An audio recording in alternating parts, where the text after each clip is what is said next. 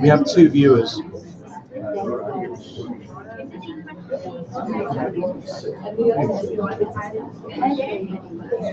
What I was also going to say too, like, you got to stand. Yeah, the camera is actually. You got to stand in front of the because the camera will be there on the top. And you got to use the mic. Yeah, so it's going to be recorded. And you've got to put it very close to your mouth. Where's the agenda? Oh, sorry.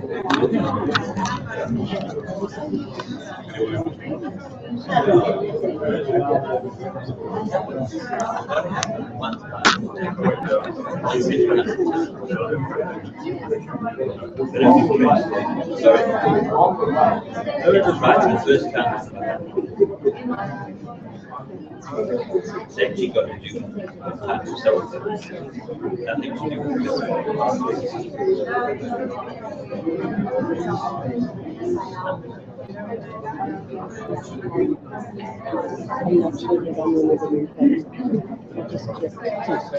Oh, we've got 3 viewers now. Is this one at 50%?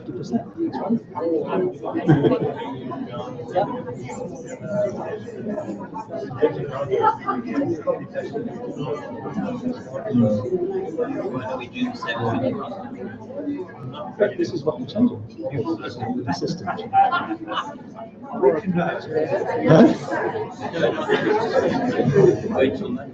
Don't forget those young people.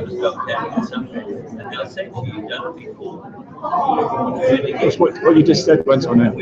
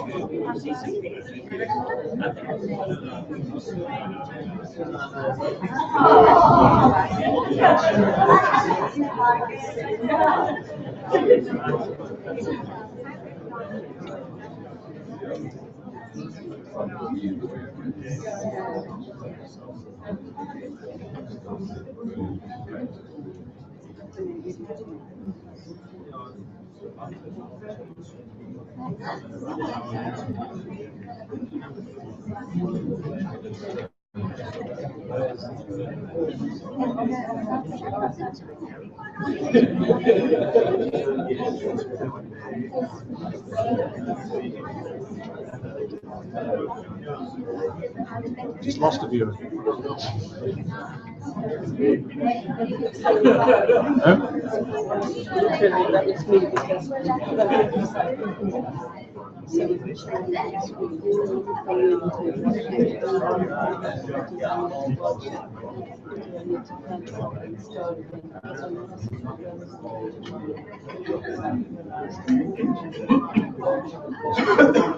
I'll keep it small screen. It's more process than you can do. So you can use another viewer and then gain one. You'll know who it is. I just did actually. That's one thing.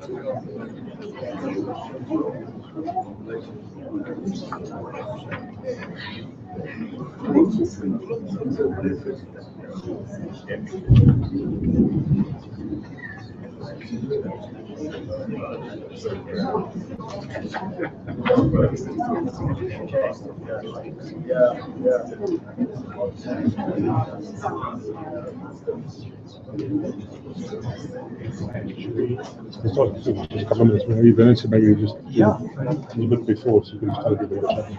Okay, sure. So we'll find everything.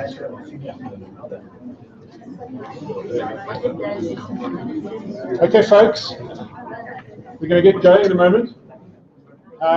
Before we do so, though, it's my great pleasure to introduce John Bowie, who's a media consultant, and this is a very unique AGM because it's going to be live streamed around the world. We're not sure how many people are going to be joining us, but John is far cleverer than me, and in fact, infinitely cleverer than me. I don't know how he managed to pull this off. He's doing this for us for nothing, for free. Thanks very much, John. And,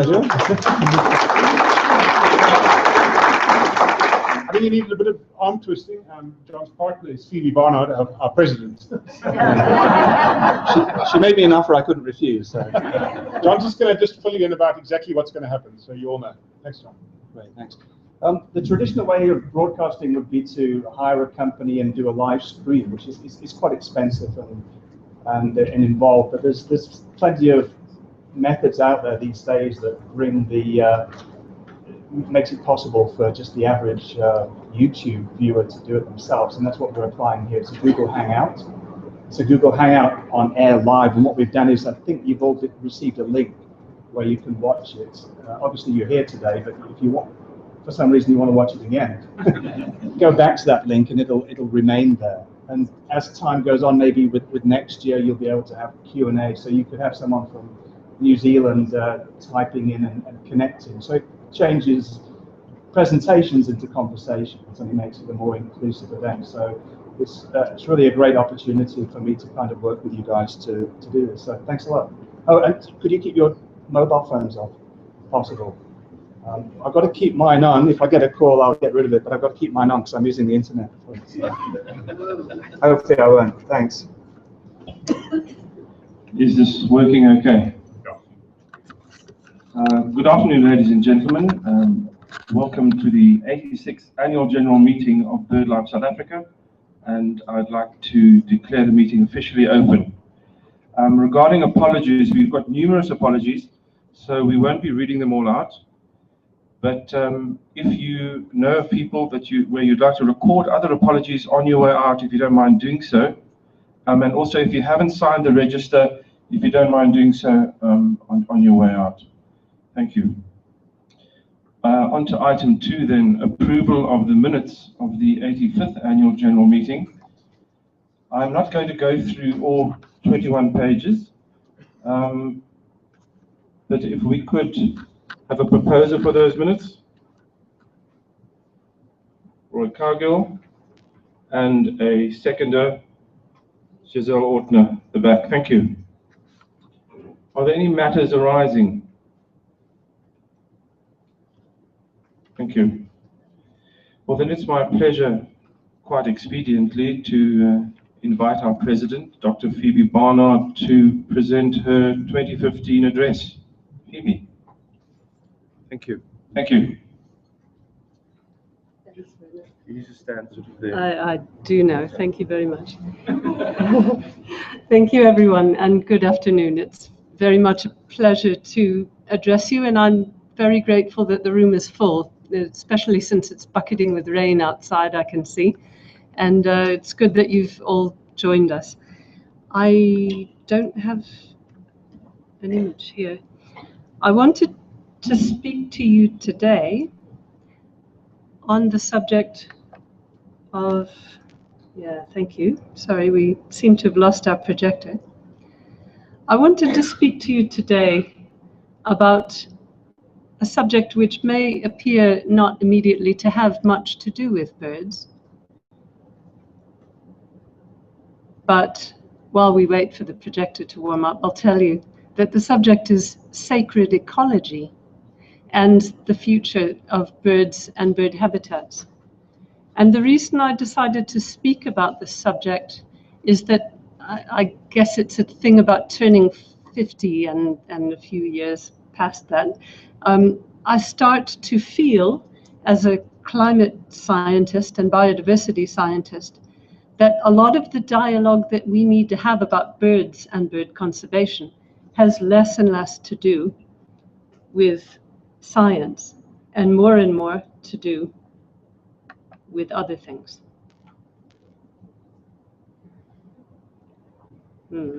Okay. Not sure. Okay. Many of us, I believe, grew up with an understanding of wilderness and nature important to our lives as children. We were lucky to have those experiences. Important to our hearts, important to our sense of aesthetics. In my case, I didn't grow up in this country. I grew up elsewhere in the United States, but I was entranced by marshland birds, flayland birds. And I was entranced by birds of prey and almost any other kind of wilderness experience. I was lucky, like many of us, to have parents who introduced me to nature at an early age.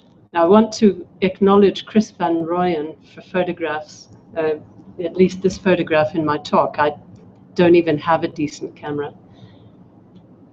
If you can't see this at the back, the quote by Aldo Leopold says, "A thing is right when it tends to preserve the integrity, stability, and beauty of the biotic community, and it is wrong when it tends otherwise." Now, the subject of my talk is what goes wrong when it tends otherwise. And I think as an environmental NGO, a large and very active and dynamic one, we need to get to grips with what is going wrong when things tend otherwise. Growing up as a kid in New England, in USA, I was particularly influenced by these three people: Henry David Thoreau, Aldo Leopold, Rachel Carson, and Silent Spring. And for me, these people were very evocative in how they spoke about the power of wilderness and the importance of wilderness for the human psyche, for human society. Those of you who grew up here may have been influenced by people like Ian Player, Clyde Walker, Matuba and Tombela, and others. But all of these people spoke to us about the kind of things that I think have motivated most of us to join organizations like BirdLife South Africa: the wilderness, the nature, the bird life, and the importance of that for our inner health, our inner spiritual, psychological, aesthetic health. But I think we've just come through a century that has removed many of those things from our common experience. This has been the century that I think all of us here were born in, was a century of great scientific and medical advances, but also increasing consumerism, hyper-consumerism. And so the people like Aldo Leopold and Henry David Thoreau and Rachel Carson were increasingly overtaken by a world out of control, a world of industrialization, a world of pollution, a world of intensification, which allowed a rising human population to start really exploding So I think when I was born in 1961, the world population was at least 2 billion less than it is now. Medical advances also furthered the explosion of human population. So some of you may remember these pictures of the Dili sextuplets. I think that was their name, the Dilis. And those of you in this country probably remember the Rosenkowitz sextuplets. And increasingly, I think we are finding that the society, the scientific and medical advances, agricultural advances that we have brought about are leading us into a planet that is no longer, as we all know, sustainable for biodiversity and for birds. So we have a situation where we have a global economic order depending on continuous market growth, depending on private profit, plus population growth, plus hyper-consumerism, so population plus consumption, which is spelling disaster for the planet and for our own society. Think of all the ills that we are experiencing in society, spiritually, psychologically, in terms of medical health and so on. You may not be able to read this quote in the middle, but this is from the Saturday Evening Post around I think it must date from the 60s or 70s. But there's a quote from a retailing and marketing expert, Victor Lebeau, in 1955. It says, "Our enormously productive economy demands that we make consumption our way of life, that we convert the buying and use of goods into rituals, that we seek our spiritual satisfaction and our ego satisfaction in consumption.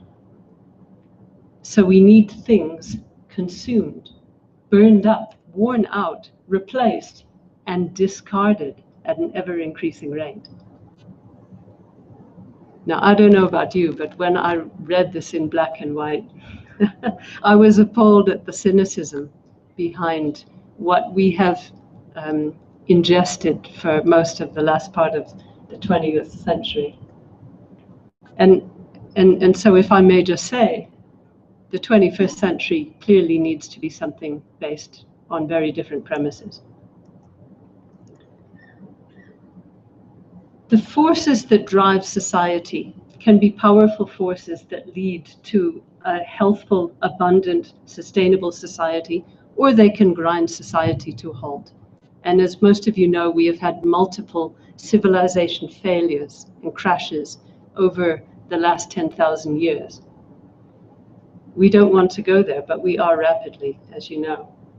So in addition to the people that I grew up with, like Rachel Carson and Aldo Leopold, I've started paying attention to some of the big speakers of our day, people like Gus Speth, who you may remember was the administrator of the United Nations Development Program. He was the founder of the World Resources Institute, a really towering figure in the global environmental movement. The problem is fundamentally, this is a quote from him, that what started out in the right direction, our environmental movement, didn't adjust to radically changed circumstances. It didn't go deeper into what the real problems are. And as a result, it's never really achieved a decisive transition to sustainability. So why am I talking about this at a BirdLife South Africa meeting? One, I've got to the point where I have felt that science is only a small part of the solution. It's an essential part, and as a lead scientist at SANBI, I cannot stand up here and say it's not important, it is, but it's a very small part of the solution. And Gus Speth's book, The Bridge at the Edge of the World, relates our sustainability crisis to the excesses of capitalism and the excesses of our hunger for perpetual growth. Now, this is an old tale. I'm not the first person to say this, obviously, even to any of you. Tim Wirth, who used to be a Democratic senator in the US, as well as president of the United Nations Foundation, is another key speaker in this area. And if you don't know his work, please Google him. And you'll come up with some interesting YouTube speeches and seminars that he's made. And many of you may know about the work of Naomi Klein, who has been very heavily involved in the Occupy Wall Street and other movements linking climate change and the future of society. Important people that we need to be listening to, no matter what our scale of activity for conservation. This Changes Everything is the name of Naomi Klein's current book, and I'm reading it at the moment. It's harrowing, but also very inspiring, very galvanizing. So getting back to Gus Speth, he points out that we did the right thing in the early days of the environmental movement to work within the system. And I think looking at BirdLife South Africa, BirdLife is working extremely well within the system and should continue to do so. But he's pointed out, Gus Speth has pointed out, that particularly in the USA, his country, the opposition has become so strong, and in a very intentional, very cynical way, to sideline the environmental movement because it is not compatible with private profits. And so instead of changing course, the environmental movement carried on with its same strategy. And as a result, I think, and he clearly thinks, that we are losing the war.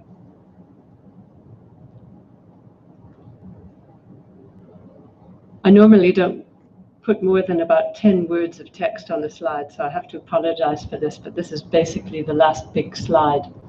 We should have moved on to a deeper challenge to our hyperventilating consumption, our growth at all costs government policy, the power of corporate sector, which now not only rules the economy, but now also rules our politics.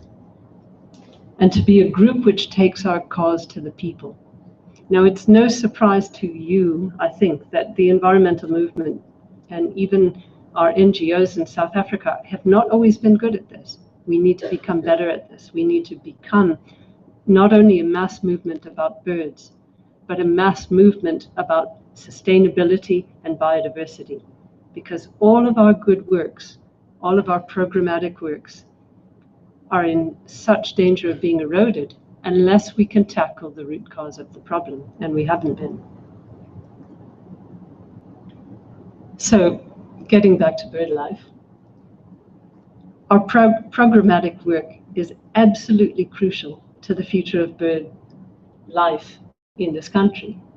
It's very direct, it's very detailed, it's superbly carried out, whether we're talking about the Preventing Extinctions program, the Albatross Task Force, the IBA program, the Keeping Common Birds Common program starting up. All of these are effective and essential work. But I think without tackling the bigger social and economic system in which we operate, we are in danger of losing our successes. And so my plea to you today is simply to take your role as a BirdLife member, but also your role as a human being, your role as a citizen of the planet and a citizen of South Africa, to become engaged in changing the excesses of a system that are clearly undermining biodiversity and will continue to do so until we can rein it all in. So please remain mindful of the winds of change in our global economic order and our global social order. Become engaged and let us change the system in which we operate to something where people and the planet actually matter in our economy. Thank you very much.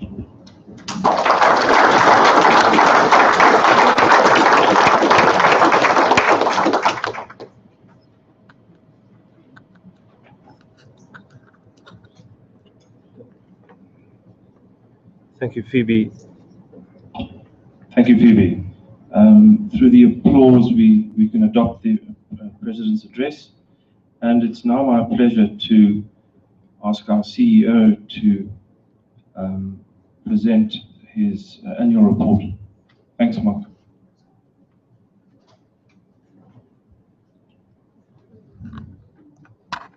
Thanks very much, Vernon. It's great to be here. You have a copy of the annual report. It was on your chairs, so you have it there. I'm just going to give a summary of the report.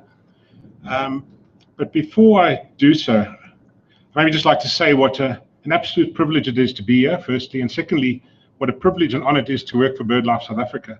It's an incredible organization. We've got a fantastic team of staff, volunteers, members, bird clubs, and the organization's really growing from strength to strength. And so often I just appreciate and sort of stand back and appreciate the privilege of working for an NGO like BirdLife South Africa.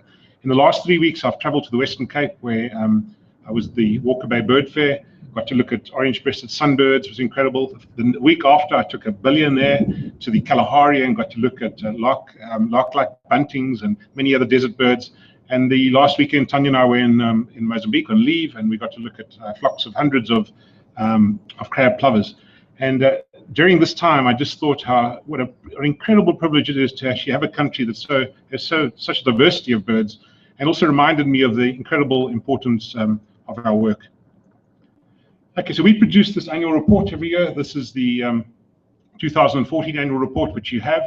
Now, one of the most difficult things we have to do each year is to actually summarize some of the work that we do in this annual report. It's quite a task because we can't cover everything we do. We only cover some of the work, try and cover some of the highlights. But also in this presentation, I can only cover some of the work that's even included in the annual report. An enormous amount is done by BirdLife South Africa. I just have to, at this point, just acknowledge SAPI, who sponsor the design and paper and printing costs of our annual report. And this they've done for the last 4 consecutive years. Okay, I'm always reminded about the importance of our work. That's our checklist of birds in South Africa. And we produce this annually, and we have for the last 6 years, sponsored by Zeiss. And this lists the birds which occur in our country, 846 of them. And these range from our national bird, the blue crane, to little jewels which buzz around the grasslands during the summer months. And what a task we have as a conservation NGO, and the only dedicated bird conservation NGO, to conserve our country's amazing diversity of birds. Before I talk in detail about our work, I have to mention one of the key responsibilities we have. And to demonstrate this point, I thought I'll put up that coin, which is the 5-cent coin, and it has a picture of our national bird and also bird of the year, the blue crane. This coin, the blue crane in the Eastern Karoo is called the 5-cent fool, the 5-cent bird. But one of the tasks I have and we have as an organization is to make sure that we keep ourselves afloat financially. And this is not easy, and I spend an enormous amount of time doing so. I can remember Peter Sullivan, when he interviewed me more than 6 years ago, asked what proportion of my time I thought I would be spending in fundraising. And I think I maybe said 20%. I didn't realize that it would be 70% or perhaps 80%. But during the last couple of years, we have really turned around the financial position of the organization. We're much more financially sustainable now. We're able to fund our administrative costs, and we're able to undertake a larger suite of conservation projects. And I have a graph here just to demonstrate one point really. And you can see the red line, which is sort of increasing, and the bars are sort of low down in the graph. The difference between the red line and the bar shows the surplus that admin has had over the last 5 years. For the last 5 years, we have had a surplus, so quite fairly good surplus in some years, last year and the year before in particular. And because of the surplus, we've been able to replenish the losses that we incurred in the previous years. So we've now entirely replenished our sustainability fund, which is really a good position to be. And we have now reserves for operating costs, at least a year of reserves, which is very, very useful. But we need to look not only in the short term, so fundraising for each year, but also look at the long term. And we're doing this through a number of means.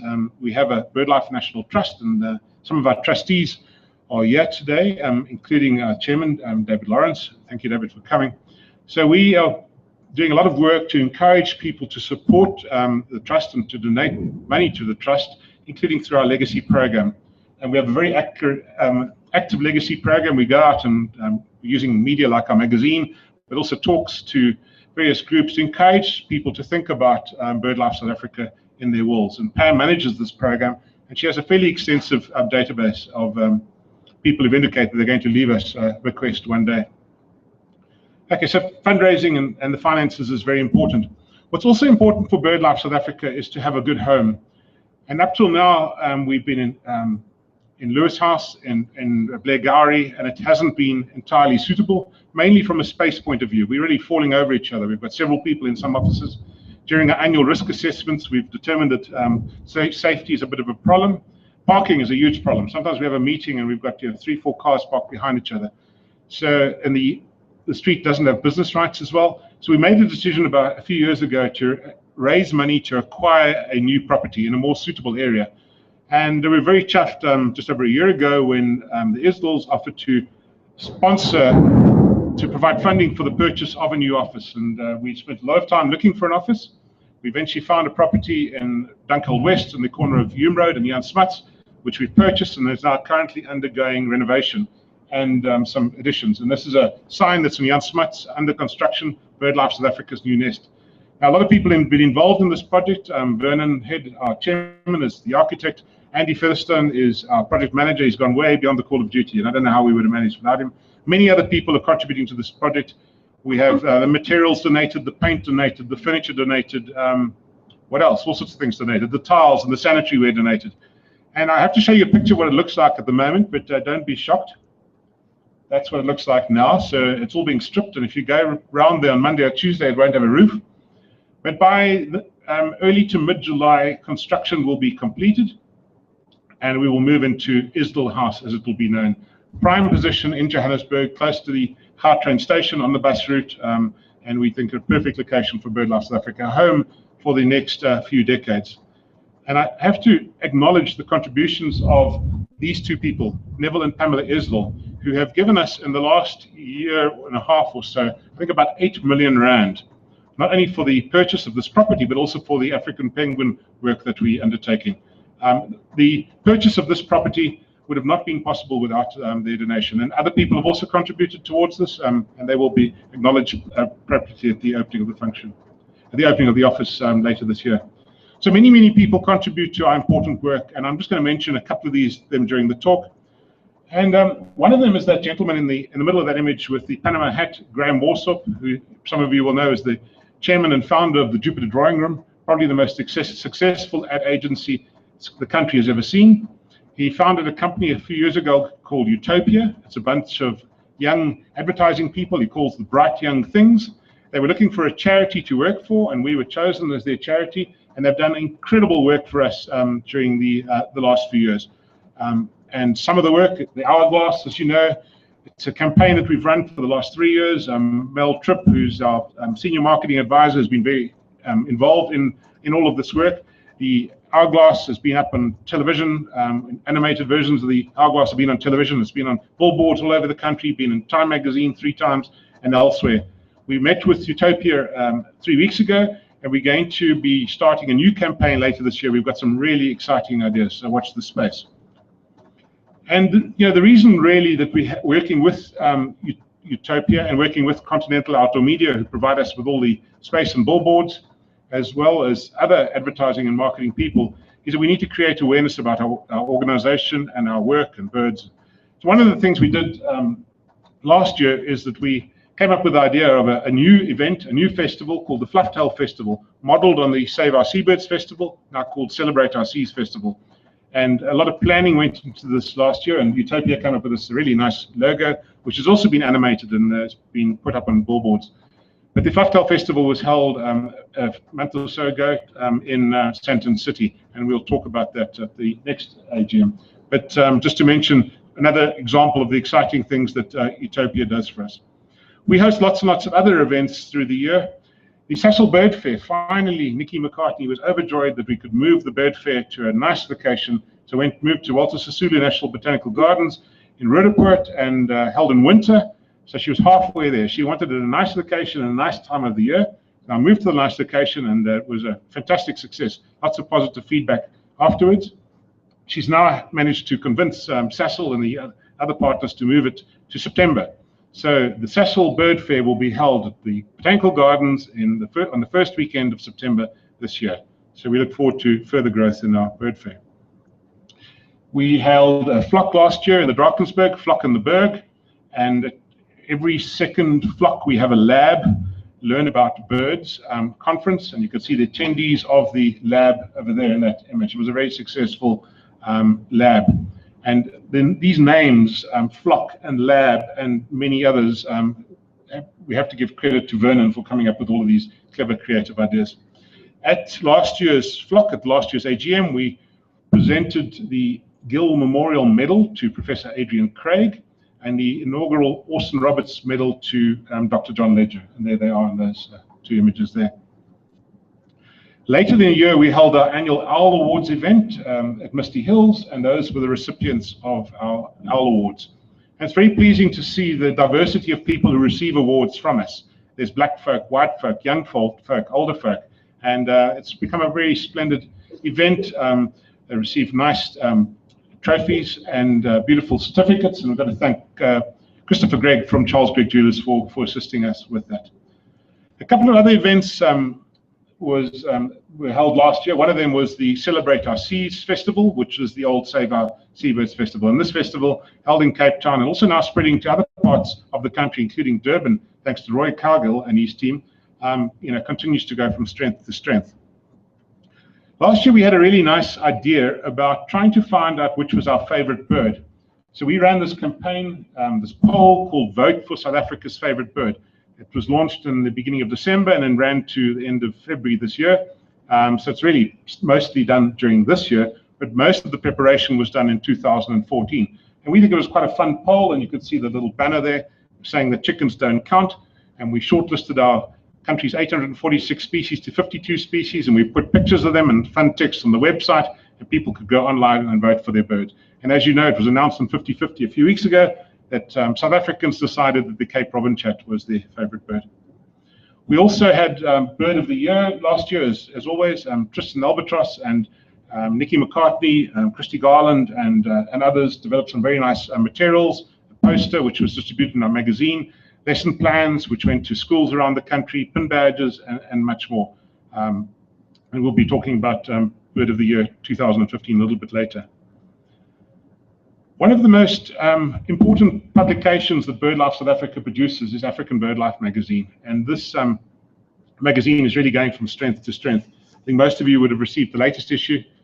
We're very proud of African BirdLife magazine, and we really have to thank Eve Gracie, Bryony van Wyk, and the rest of the team for producing what I believe is one of the world's best, if not the best, birds and bird watching magazine. Subscriptions are increasing, retail sales are very good, and the magazine is really doing well. And David Chamberlain is the chairman of our magazine management committee. You've got to thank him for his support. And it'll be in Woolies as well. Woolies are giving us a bit of a trial. It's in 10 Woolworth stores in Gauteng. If the sales are good for this issue and the next 2 issues, they will include it in all of their stores.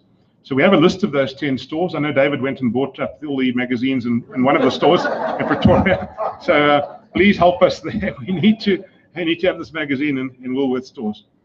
Okay, so that's just something about the awareness work that we do. Of course, our work is about conserving our country's birds, and our main aim is to conserve our country's birds. We're very, very closely tied into BirdLife International strategy. So all the work we do is under their 9 programs, under their 4 focal areas. We produce an action plan every year which lists what we do under those 9 programs and 4 focal areas. And I'm just going to run through some of the work. This is a little raptor, which some of you may know, the Tiger Falcon. And Hanneline and her team, particularly Andrew Jenkins and some other raptorologists from the Western Cape, are very involved in studies on the Tiger Falcon. It's our most endangered raptor and critically endangered in South Africa. And we're very worried about the status of this bird. It's disappearing from the Drakensberg, disappearing from the Zambezi Valley. There's surveys planned for elsewhere in Africa to try and get some idea of the numbers of these birds. And it's nice to partner with other groups, other people to work on these birds and try and understand what the problems are, and then hopefully to come up with some solutions to try and improve things for the Tiger Falcon. I've got to show you probably my favorite picture from last year, and that is it. And I really like Greg Davies' hands in the air. I'll be doing a lot of that on Tuesday when we beat New Zealand in the cricket. And I also like Hanneline's smile. She won't be joining us for the cricket, apparently, because she didn't even know it was the World Cup at the moment. But this was when the team caught a white-winged flufftail at Middlepunt. Really a nice photo. So a lot of work is being undertaken on white-winged flufftails. It's probably our country's most threatened bird. Greg Davies, we assisted him with finances, with funding to do wetland surveys around the country. Some really useful and detailed reports have been compiled, which will be published. Annelien has been coordinating some genetic studies. We need to determine whether the Ethiopian birds and our birds are the same population. These studies are quite advanced. We've been working very hard with a number of people, some in the audience, to develop a captive facility at the National Zoological Gardens in Pretoria, initially housing red-chested flufftails and later white-winged flufftails. It's so bad for this species that we actually are going to those sort of lengths, looking at housing birds in captivity. And we continue through the Middlepunt Wetland Trust, a trust which BirdLife South Africa administers, to support work in Ethiopia, and particularly the school at the Burger Wetland, which is the main breeding site for white-winged flufftails. Okay, that goes from sort of my favorite photograph of the year to one of my least favorite, and he's now caught in a fence. We've become more and more aware of all the problems that our birds are facing, and one of them is collisions and entanglements with fences. And Ernst Retief and some of the other BirdLife people are involved with a project to try and understand these mortalities and try and find solutions. There are potentially solutions. Is there a problem? Okay. So you can submit your records to BirdLife South Africa, and we will, with time, come up with some suggestions of fencing which limits the number of mortalities in fences.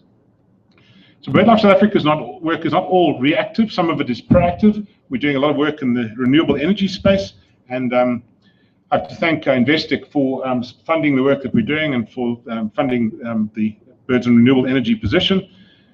But this work has really grown in strength during the last few years, and we really become a world leader in the field, particularly of birds and wind energy.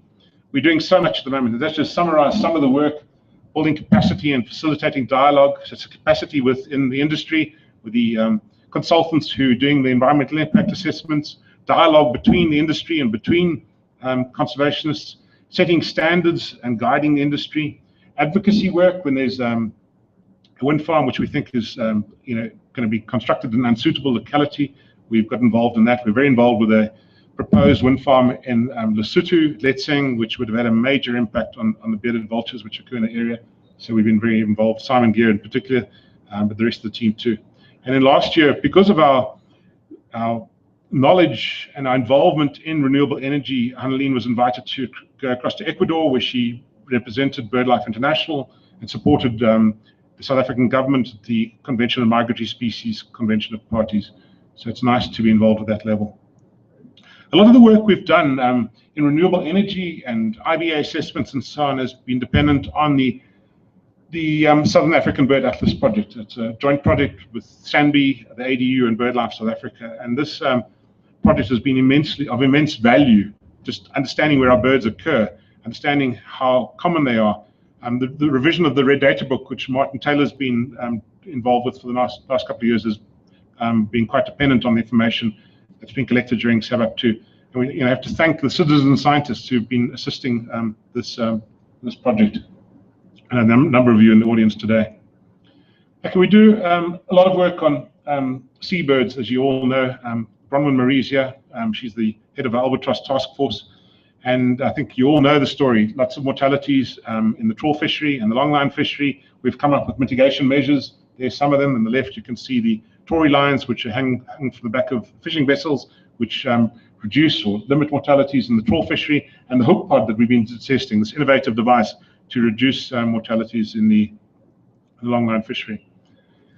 This work has been so successful that last year Bronwyn received an international award for the work we've been doing in this area. It's a Future for Nature award, and it came with 50,000 euros. Well done, Bronwyn.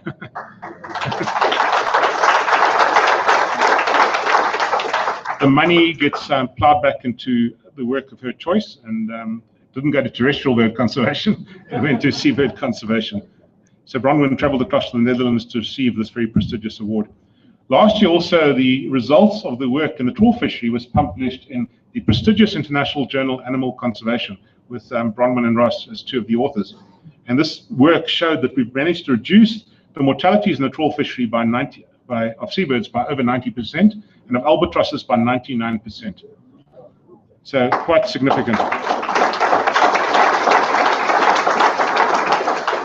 As a result of this success that we've really, BirdLife South Africa and Albatross Task Force has been responsible for, we've just recently heard we're getting a grant from the Global Environmental Facility of $1.5 million to expand our work into the high seas, working mainly with Korean fishing vessels, but also with Japanese and Taiwanese fisheries. Bronwyn, I hope I've got that all right. So watch this space. Vernon's always glad. He wanted to establish a satellite office on the moon. That wasn't possible, but Vernon, we're moving into the high seas.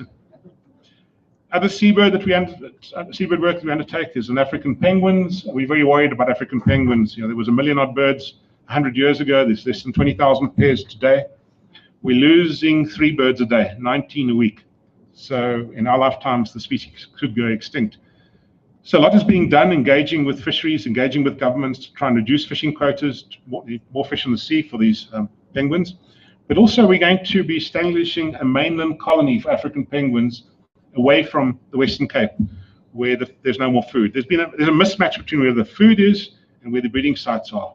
So Christina Hagen and the rest of the team have identified a place at Pettenberg Bay, which would be quite suitable for the establishment of a Boulders Beach type mainland colony. And over the next couple of years, a lot of work is going to go into this. It's very, very exciting. We can learn from work that's been done elsewhere in the world about how you can attract penguins to a site and get them to breed.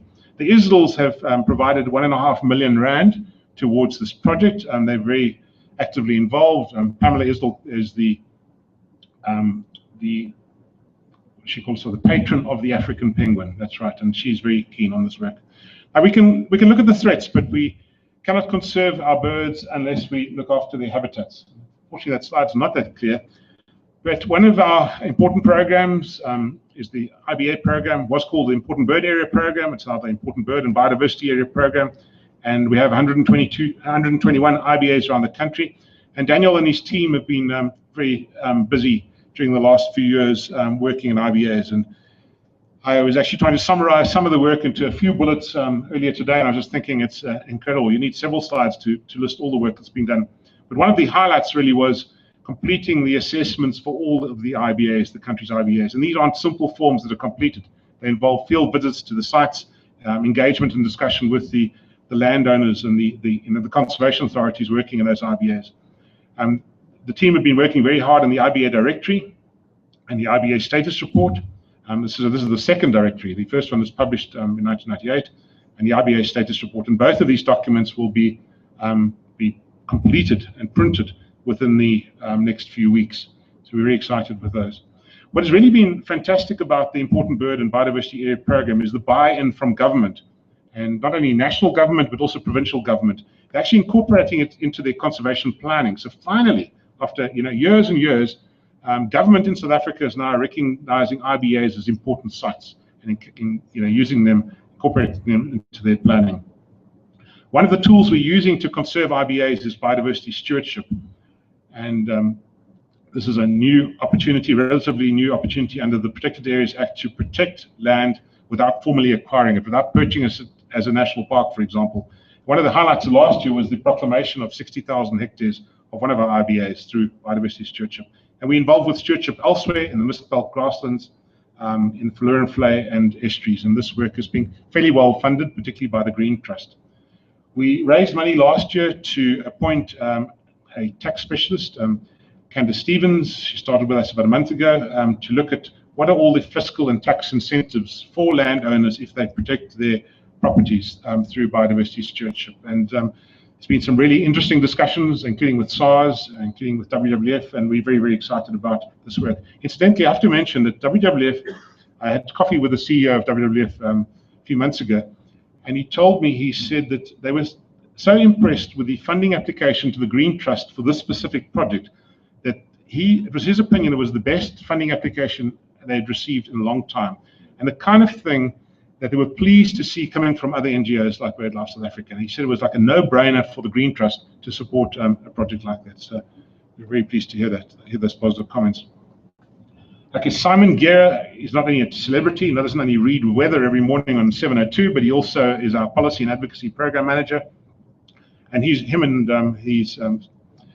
Slantla Khube are very busy doing a lot of things, but particularly involved in working with Daniel and the team around developments which are proposed to take place in important bird areas. So if we hear about a development that's proposed for an IBA, it sort of alerts us to potential problems. We get involved. We register as an interested and affected party. We attend public meetings. We submit comments. We try and ensure that the impacts are mitigated, because these IBAs for us are almost non-negotiables. If we start losing IBAs, we're going to start losing species.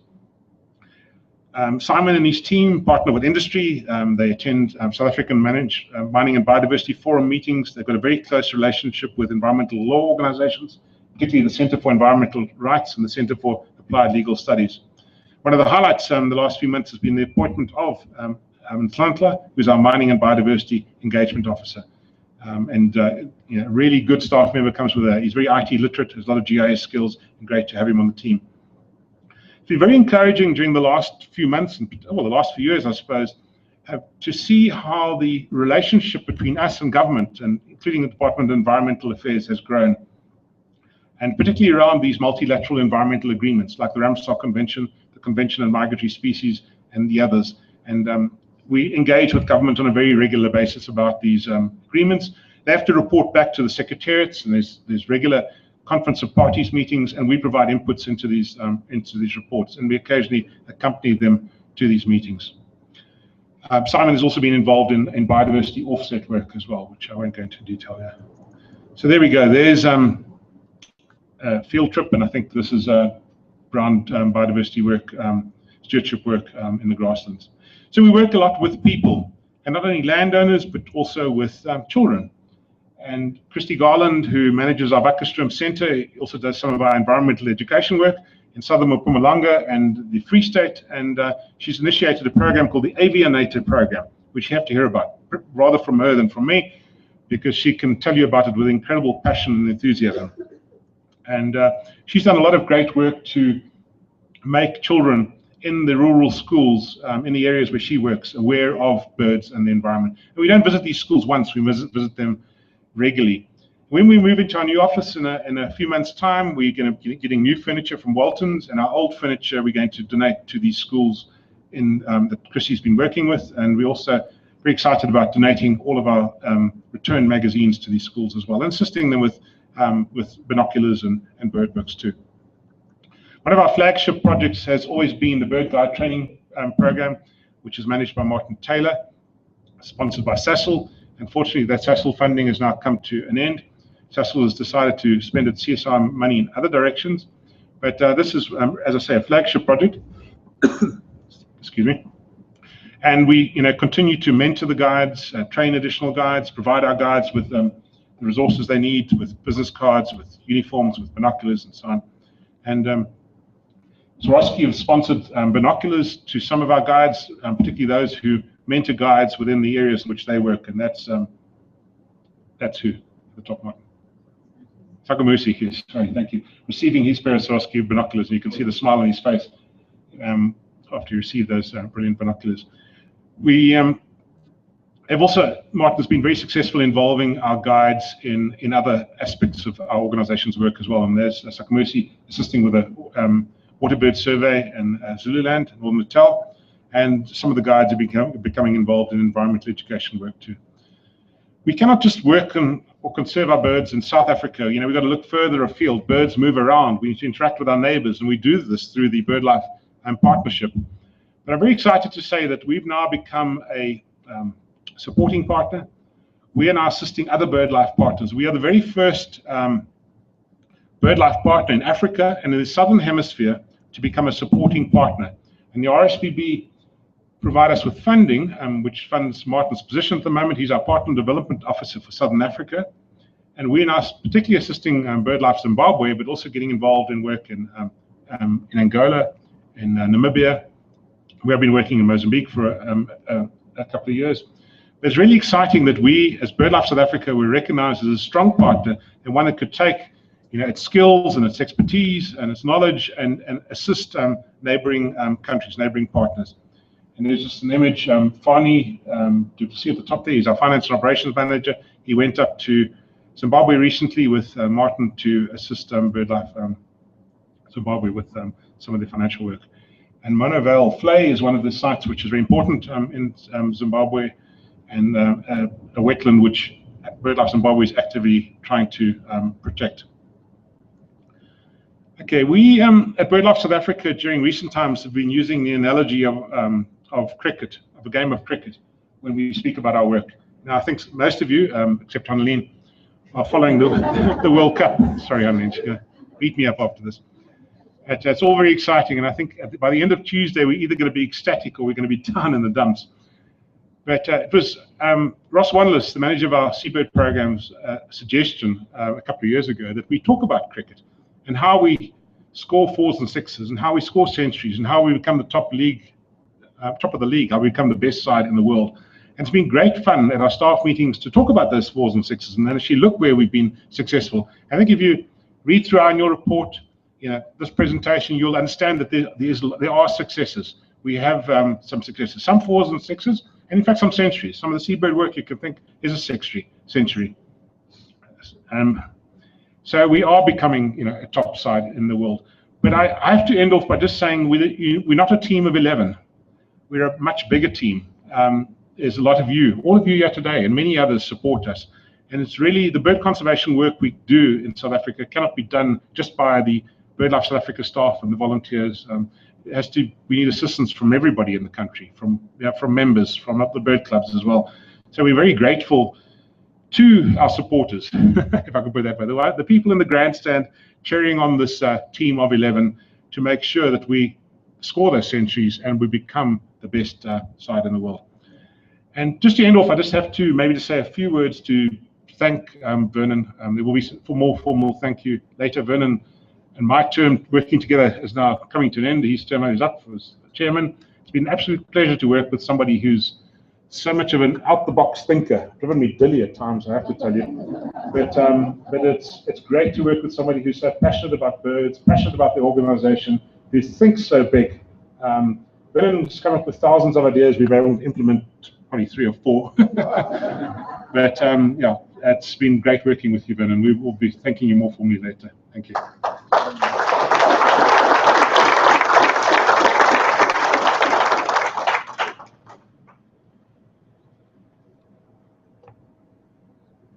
In Annelien's defense, she does like rugby. And we've had a few drop kicks over the last year or so, Annelien.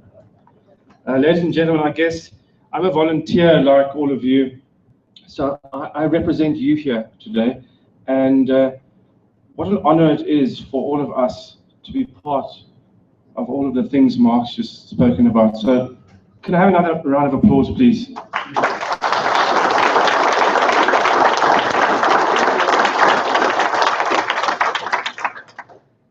It's my pleasure to present my chairman's report.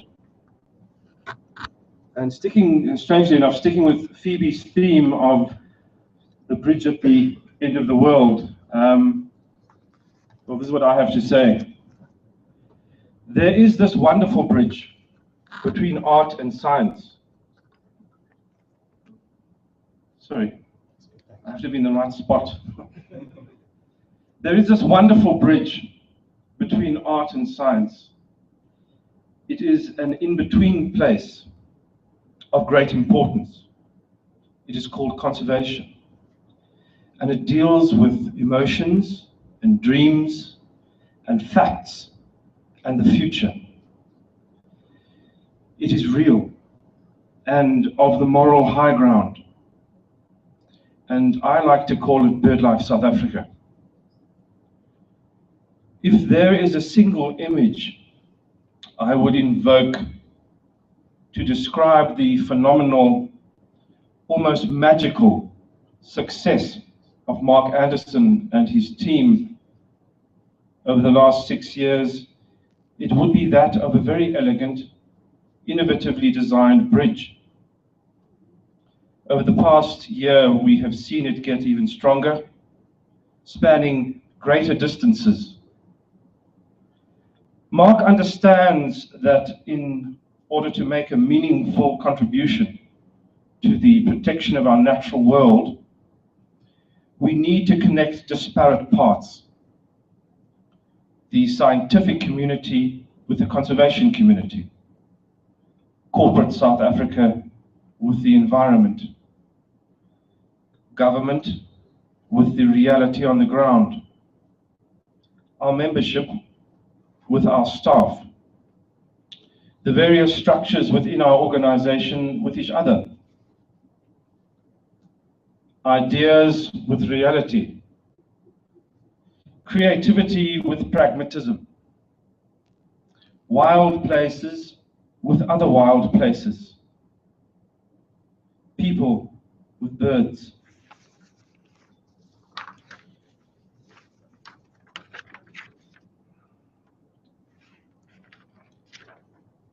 This pretty photograph on the screen is a piece of very famous conceptual art by British artist Tim Knowles. He creates drawings produced using sketching implements attached to the tips of tree branches and other plants. As the wind blows or the plant grows, he captures a story informed by the movements of wilderness. But what he really does is something even more spectacular. He redefines and reconfigures our way of seeing nature. He does this by making an everyday thing, like the movement of leaves on a tree, talk to us as art. He makes us see differently into that nether world, that emotive place of conservation. And so, perhaps for the very first time, we truly see the tree. Who would you like to FaceTime with? And we hear strange things. Right. I missed that. What he does is create a bridge, a connection with the pristine. It is rather powerful and useful. This is at the very core of what we do as BirdLife South Africa. Our strategy, our currency, our wall of tapestries and ceiling of frescoes, our sculptures, our imminent new office building, in fact, are bridges made in the name of wild birds. Birds have become words for us to use in the making of special sentences of protection. In his masterpiece, 100 Years of Solitude, possibly one of the most important works of literature written over the last 100 years, Nobel laureate Gabriel Garcia Marquez says in the third sentence of the book, "The world was so recent that many things lacked names, and in order to indicate them, it was necessary to point." And there before us is our tremendous challenge. There it is, there it lies, this desperate need to point clearly ahead at wilderness, at birds, bridging and swaying connectively in the turmoil of a modern, shrinking world under imminent threat. Our responsibility, therefore, is to create the path of creative opportunities for conservation. Wild birds with their many names and images help us tell the story, delivering the message of a wilderness in trouble. But also, just as importantly, we are remembering to tell the wonderful moments of triumph, of victories for nature. It has been my singular privilege to serve as chairman of BirdLife South Africa. And I would like to thank Mark and his team and all of you for the opportunity. I will treasure it always. And so, speaking as an architect who has in fact designed quite a few bridges, you've taught me more about connections and our living world of opportunity than I would have imagined possible. There is indeed much to be excited about across the many great conservation divides that lie ahead. Thank you very much.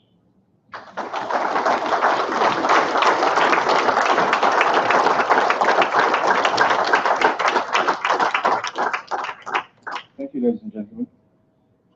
I'd now like to ask Fani du Plessis, our Financial and Operations Manager, to deliver the financial statements and report. Thank you.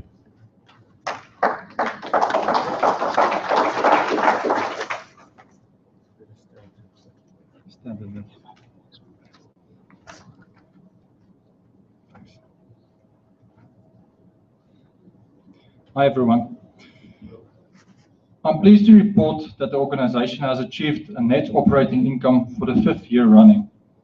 The net income from operations for the year ended 31 December 2014 amounts to 890,846 Rand, compared to 1,145,701 Rand for the year ended 31 December 2013. I'd like to express our gratitude towards all donors who have ensured that the organization's administrative expenses were once again covered by and large. The net operating income for the year effectively arises from the following sources. Investment income.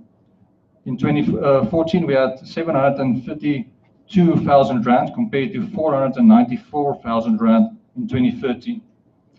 Membership. We had a slight decrease, 539,000 compared to 668,000. Ordinary membership remains steady, a slight decrease from prior year for corporate members were found. On publications, the magazine is still doing good, 129,709 Rand profit this year compared to 187,000 Rand for 2013. All activities mentioned above are ultimately aimed at supporting BirdLife South Africa's main objective, which is the conservation of our country's birds and their habitats. Most of the organization's conservation projects and programs were sufficiently funded during the year. Total revenue for projects increased from 13,078,000 in 2013 to 13,774,000 in the current year. The Wakkerstrom Center continues to incur a small loss due to the absence of a suitable main funder. Total gross income increased from 21,011,000 Rand in 2013 to 22,207,000 Rand for the year under review. BirdLife South Africa remains very grateful to all donors, irrespective of the value of their donation.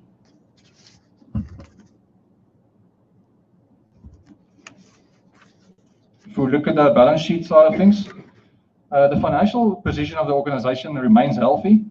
The ratio of current assets versus current liabilities has improved further during 2014. Current assets, mainly comprising of cash and cash equivalents, are sufficient to cover current liabilities, mainly comprising of funding received in advance. The market value of the investments has continued to increase. The excess of market values over initial cost has increased by 640,000 during 2014 to 3,207,000 at year end. Historically, the Sustainability Fund was established to sustain BirdLife South Africa in times of financial stress. From 2003 to 2009, losses to the value of 3.8 million were incurred, of which 2.5 million was charged to the Sustainability Fund. Since 2010, net income was used to slowly replenish the funds used. I'm glad to report now that all funds previously taken from the Sustainability Fund are now replenished. You all received a copy of the financial statements, I think. So the annual financial statements for the year ended 31 December 2014 have been audited by KPMG and approved by Council. I thank KPMG for their services and appreciate the cordial relationship that has existed and for the advice received during the year. I now propose that the financial statements for BirdLife South Africa for the year ended 31 December 2014 be adopted by members. Can I get a proposal from someone? Thanks, Lance. Second that, thanks. And lastly, I also propose that KPMG be reappointed by members as external auditors for the financial year ended 31st of December 2015. Can I get a proposal for that? Thanks. Thanks for that. Thanks, everyone.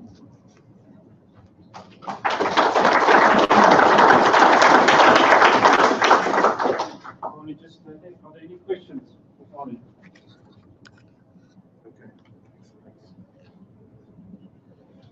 And also just to mention that our auditor, Mike Evans, is in the audience, and we're very grateful for your presence. Ladies and gentlemen, I'd now like to ask Nigel Stainforth, who sits on our executive board, to now present a resolution that we require your endorsement of. Thank you. Thanks very much.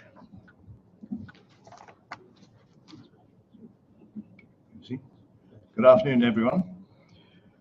I'd just like to say that this day is the culmination of a 2-year review of our organization, how it works, and a lot of work has gone into giving an overview of the whole thing, where we're going and how we're managing it.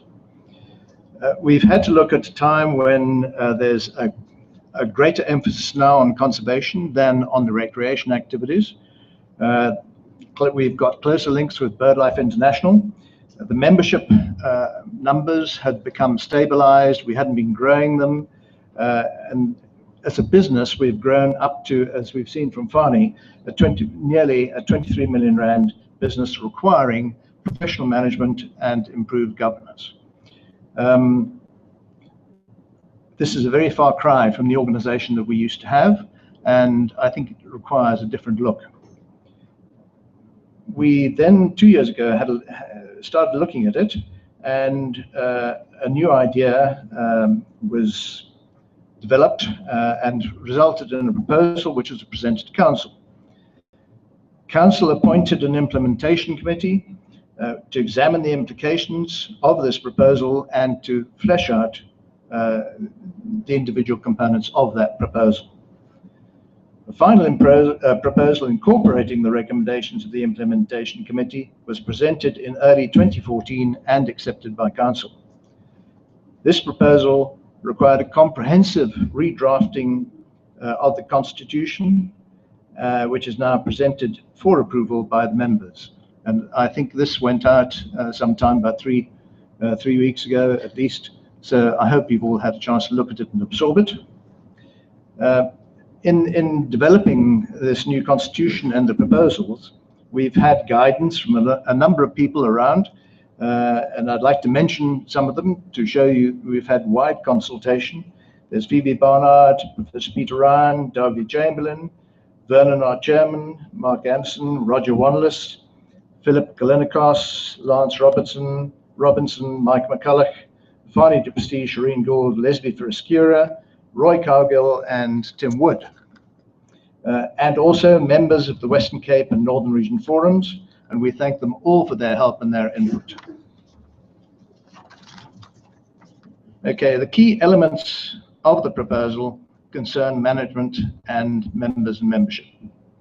On the management side, the key proposals are: the council is to be disbanded, ExCo will become an executive board, which will become the primary authority and decision-making body of the organization. An independent governance committee will be formed, which incorporates the audit committee, but has a wider role, which is to report to members on the effectiveness and performance of both the executive board and the organization as a whole. On the membership side, there are going to be 2 categories of membership, direct and affiliate, and the choice for each of you is voluntary. A direct member of BirdLife South Africa pays the appropriate membership sum and can vote in BirdLife's affairs. An affiliate membership, the member is a member of his or her club and will pay BirdLife a nominal sum, presently 15 Rand, for each of its members to become affiliate members of BirdLife South Africa. Such affiliate members can vote in club affairs, but not those of BirdLife South Africa. Having arrived at the structure and had all the input from the various role players and so on, we decided that we needed to communicate with the members at large and the clubs. And therefore the chairman, Vernon, and Mark, the CEO, and myself have been, between us, gone around the country and explained the new proposals to the BirdLife forums and to individual clubs where possible. Council asked us to obtain KPMG's view of the structure and the governance which is proposed, and I'm glad to say that they're very happy to endorse what we're trying to do. Also, Mark has discussed with BirdLife International, who also give it their support. We're coming to the point now where we need to approve this new constitution, which was drafted by Roger Wanless, and we thank him enormously for the amount of time that he's put in. I think, Roger, it's been put through, what, 7 or 8 iterations, and each time it's gone out for consultation and come up with new ideas, and hopefully we've arrived at a point now where we've got it all right. For those who don't know Roger, he is a lawyer by training, was the CEO of a major insurance company prior to his retirement several years ago. At BirdLife, he has served on the executive committee since March 2011, and during the last few years chaired that committee in the physical absence of the chairman, Vernon Head, who resides in Cape Town and attends meetings by teleconference. He also serves on the audit committee, the flock organizing committee, is a trustee of Middlepunt Wetland Trust, and is the secretary of the BirdLife National Trust. On an ongoing basis, he's a volunteer at BirdLife head office, assisting the CEO and other staff in the efficient management of the organization. He's a keen conservationist and is also a member of the Lepidopterist Society, for those who know what that is. The members of the current executive committee believe he has a valuable role to play in helping guide BirdLife in its drive for ever greater growth and relevance in its critical mission to conserve our precious birds and their habitats. And I have to say that he will be found at BirdLife offices most days. All right, members are asked to approve the new constitution in the form that's circulated prior to the AGM, and please note that if it is approved, it then has to be submitted to SARS for approval. Hand over to you.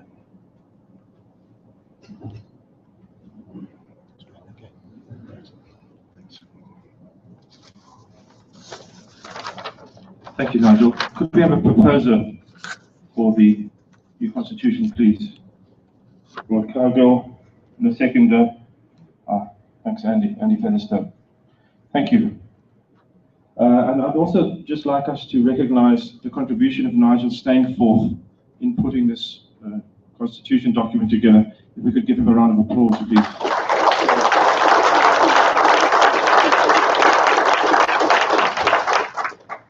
The next item on the agenda is the nomination and election of office bearers, and I have before me a number of office bearer nominations that I've received, which I'd like to read out.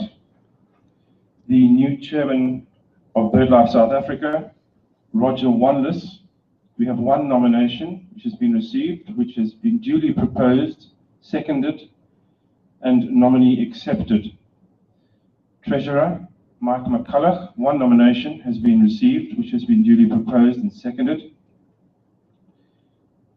Audit Committee or Governance Committee Chair, Nigel Stainforth, 1 nomination received, which has been duly proposed and seconded. And the President of BirdLife South Africa, Phoebe Barnard, 1 nomination received, which has been duly proposed and seconded. And then the regional forum representatives will serve on our board from KwaZulu-Natal, the northern areas around Gauteng and environs, and the Western Cape. The forums will advise the executive board on their nominations, and these are expected shortly. Are there any objections to this? Can these nominations then please be accepted? Thank you, David Lawrence. Lance, thank you. Right, well, I'm officially out of a job. But for expediency, I'm going to continue to run the meeting if that's okay with everyone. Thank you. Well, now I'd like to, we have a number of events that happen during the year, so I'd like these to be launched. So I'm calling upon Nikki McCartney, our events manager, to launch Bird of the Year 2015.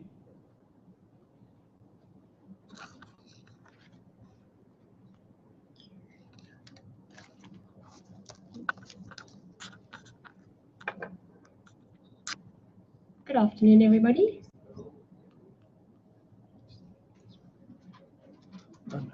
Yeah, that's good. Okay. Yeah. Do you scroll down or do I?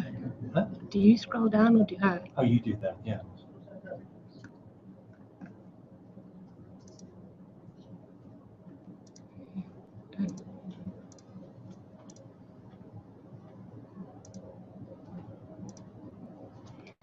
Okay, I think you all know Bird of the Year is the blue crane, our national bird. And today we officially launch all the learning resources, posters, and the pin badge that we've developed. I do have a number of pin badges here. You're more than welcome to take one for a small donation. We have all the learning resources on a CD. If you'd like to take a CD, they'll also be available on our website to download. And Kathleen, our receptionist, will be posting out to the clubs and any interested people. Along with the poster, I put one up at the back there. It did go out in the latest or previous issue of African BirdLife. I do have a copy of the resources if you'd like to have a look at them. I'll leave them downstairs. And yeah, we'd just like to thank our sponsor, BirdLife Waltons, for sponsoring Bird of the Year this year.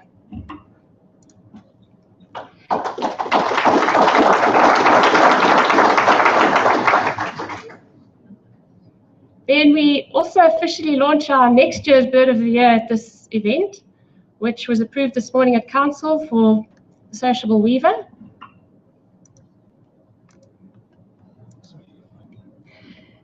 Although it's confined to the sort of western areas of the country, it will be a sort of icon flagship species for all weavers. There are 14 species of weavers in South Africa, so it's a great group of birds, and we'll focus an exciting educational messages around that. Annelie?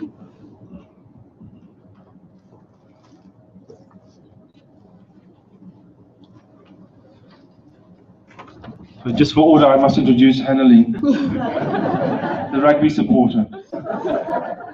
Hannelie is our terrestrial bird conservation manager, and Hannelie is going to present the bird checklist for 2015. Thanks, Vernon. You'll be happy to hear I won't be talking about rugby. It will be a disaster. So it gives me a great pleasure today to officially launch the BirdLife South Africa checklist of birds in South Africa 2015. You've probably already received a copy in your January-February issue of the African BirdLife magazine. Special thanks to Zeiss for, after a couple of years, still sponsoring the printing of the checklist, of this checklist. Then also thanks to our chairman of the BirdLife South Africa List Committee, Dr. Chris Lotz, as well as the entire List Committee. So I'd just like to mention a few changes. A new species we still have 846 species, but there's a new species added. It's a tropical shearwater, which was approved by the Rarities Committee. Scientific name changes include Cape White-eye, ground scraper thrush, pennant-winged nightowl, and black sawwing. Then also changes in the latest red list status. Black-bellied bustard and double-banded courser downlisted regionally to least concern. Hottentot button quail, quite exciting, uplisted from globally not recognized to a fully recognized globally endangered species by BirdLife International. Machadura storm petrel, uplisted from globally data deficient to vulnerable, rather sad there. And then the uplisting of two of our regionally critically endangered species, Tata falcon from globally near threatened to vulnerable, and bearded vulture from globally least concern to near threatened. So those are the changes for 2015. And then just for the Afrikaans speaking people, we don't have a printed version of the checklist, but we've got the BirdLife South Africa voorlees, and that's available on our website for download. Thank you.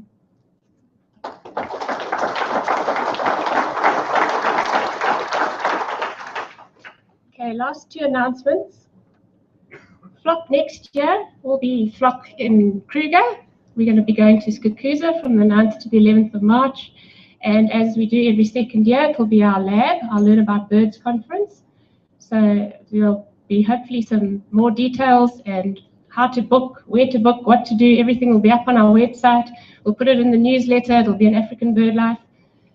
So you can also drop me an email if you need more information. And then exciting news, we've decided to also launch Flock 2017 this year, which will be Flock at Sea again, from the 25th to the 28th of April. 5 days and 4 nights on board the newly upgraded MSC Symphonia. It'll be a trip to nowhere essentially. We'll leave from Cape Town, go down south and return to Cape Town. And that's me. Any questions?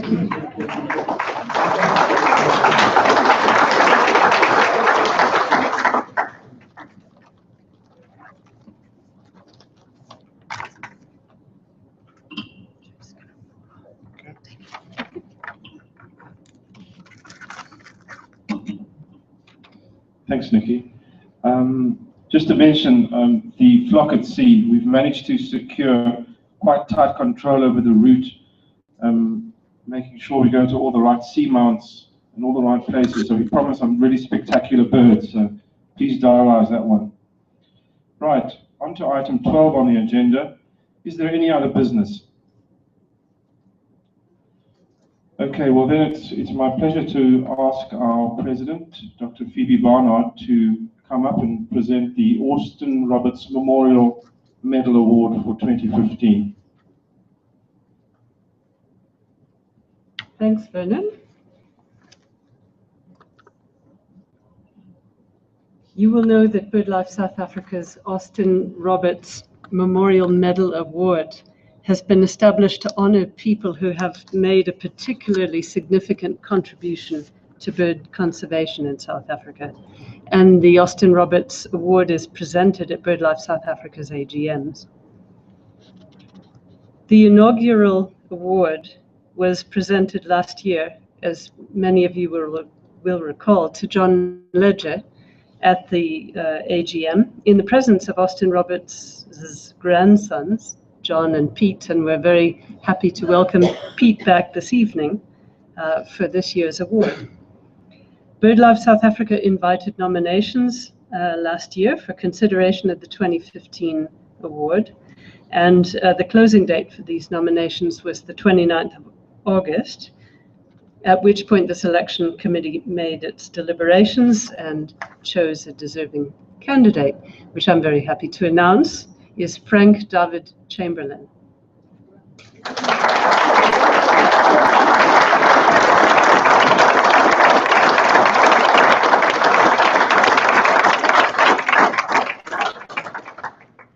As many of you will know, Frank David Chamberlain is best known as the Executive Managing Director of the hardware and building supplies business Chamberlain. Having grown from quite humble beginnings in 1903 as a small trading store in Pretoria, the company is now a 4th generation family business with 4 stores, 3 mega stores, and several hundred employees, all of whom David seemingly knows by name. Since joining the family business in 1968, his altruistic nature has, perhaps sometimes against the better judgment of his board members, transformed Chamberlain into a giant, not only in the building industry, but also in philanthropic circles. Through the company, David is closely involved in many commendable initiatives to support education and community upliftment, such as Project Literacy, the Vula program at Hilton College, a literacy project at Botokwa Primary School, and the Adult Education and Training Program for Chamberlain employees. In addition to his compassion for people, though, this is an account of David Chamberlain's love for birds and how that love has, despite a lack of any formal training in zoology, allowed him to shape the future of bird conservation in South Africa and internationally. Among David's myriad passions in life, 5, I think, deserve special mention: people, opera, whiskey, birds, and books. During the last 2 decades, he has also migrated from being an avid reader to an ardent publisher. His first foray into the world of publishing was with the sponsorship of Birds of the Indian Ocean Islands by Ian Sinclair and Olivier Langrand in 1998. Now in its second edition, it's also available in French. This book has contributed vastly to the conservation of the multitude of threatened species in that region, many of which are on the brink of extinction and rely largely on funds generated through ecotourism for their survival.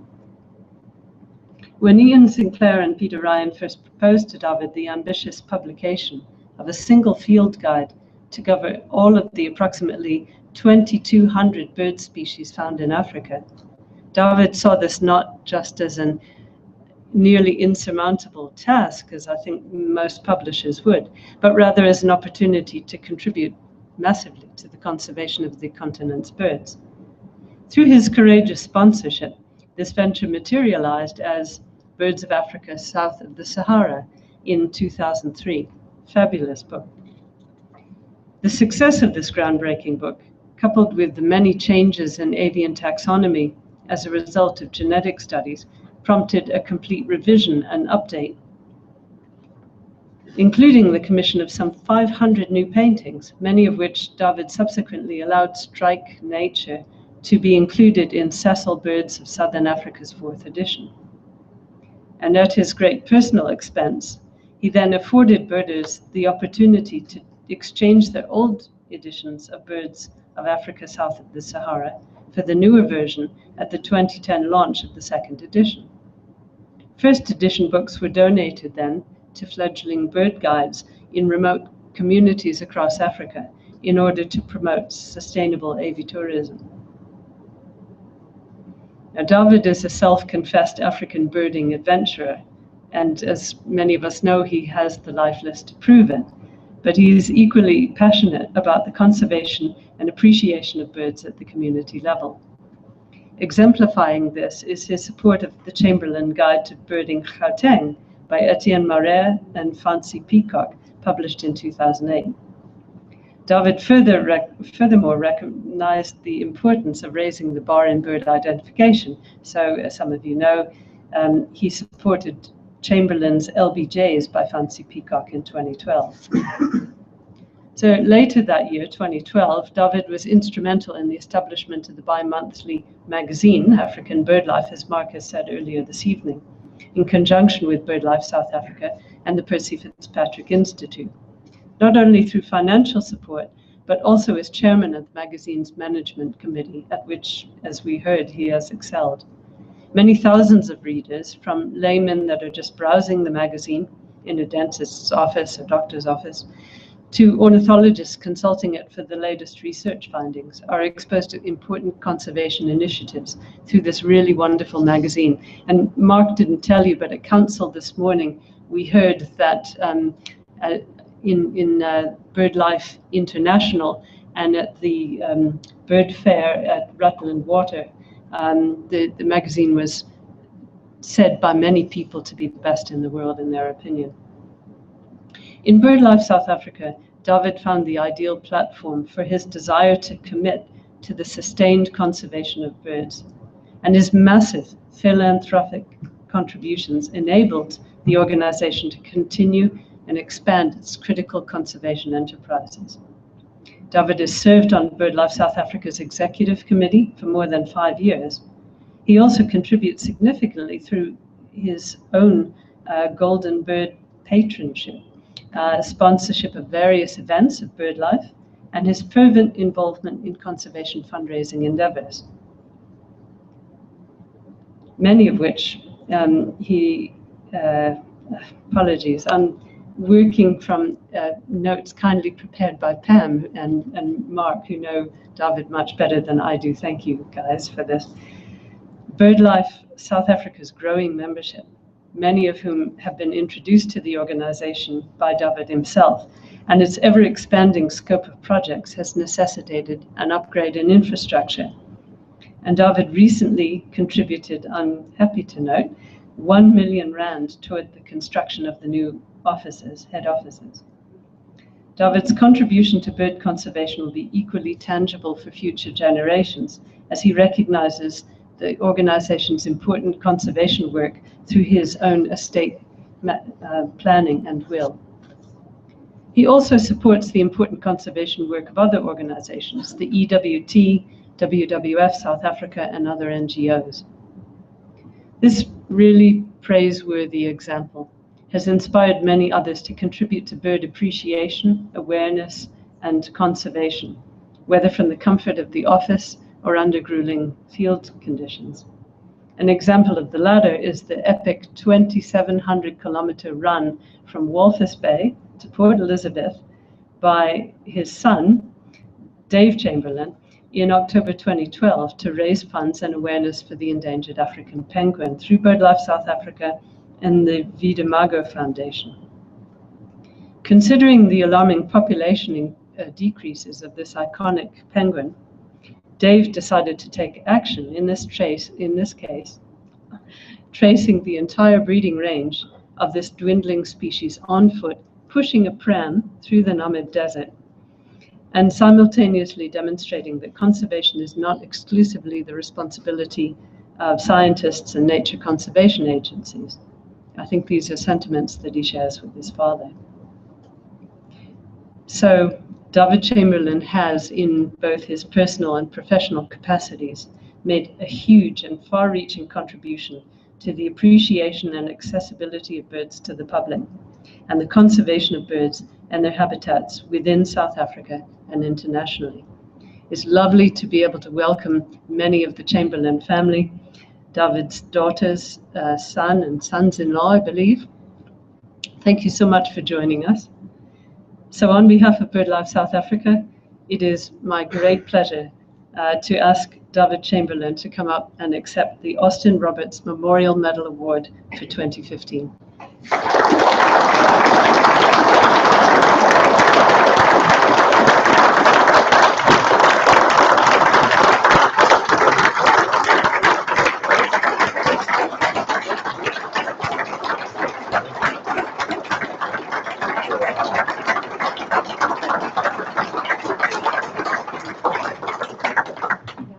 I don't need a microphone. You're gonna have time I've got another one. I'm so sorry. If I may just speak directly to you without a mic in the way. Thank you very much for that. This is going to be two parts. This is going to be a speech, and then a fun event where we're going to have an audience participation event. I'm going to get some. I'm going to get some volunteers. So can I just warn the following people to be ready with the Andrew? You can pass the Holiday sign down to Andrew at the back there, please. The Woodland Kingfisher to Vaughan. Black-collared Varlet to Vernon. Pearl-spotted owl to anybody that can whistle an owl call. Who can whistle an owl call? Thank you. The black cuckoo, that's. You'd like to do that? We unveiled it. Okay. Building up to a song. Not quite. And red-billed woodhopper to Catherine, who talks a hell of a lot. I'll pass that down to Catherine the back there. And the grey lurie to Anne, who also is very loud. She can do that. Guys, thank you. Thank you for this huge honor. I know there are many people here in this room and elsewhere that are actually far more deserving than I am, and I know because I've worked with them and I've seen what they've done over the years. Firstly, I must reveal my true colors. I am unashamedly a birder with twitcher tendencies. I just love going out before sunrise alone, or frequently with like-minded friends to look here, there, and everywhere for birds. I'm also, heaven forbid, a member of that low-life species, a lister.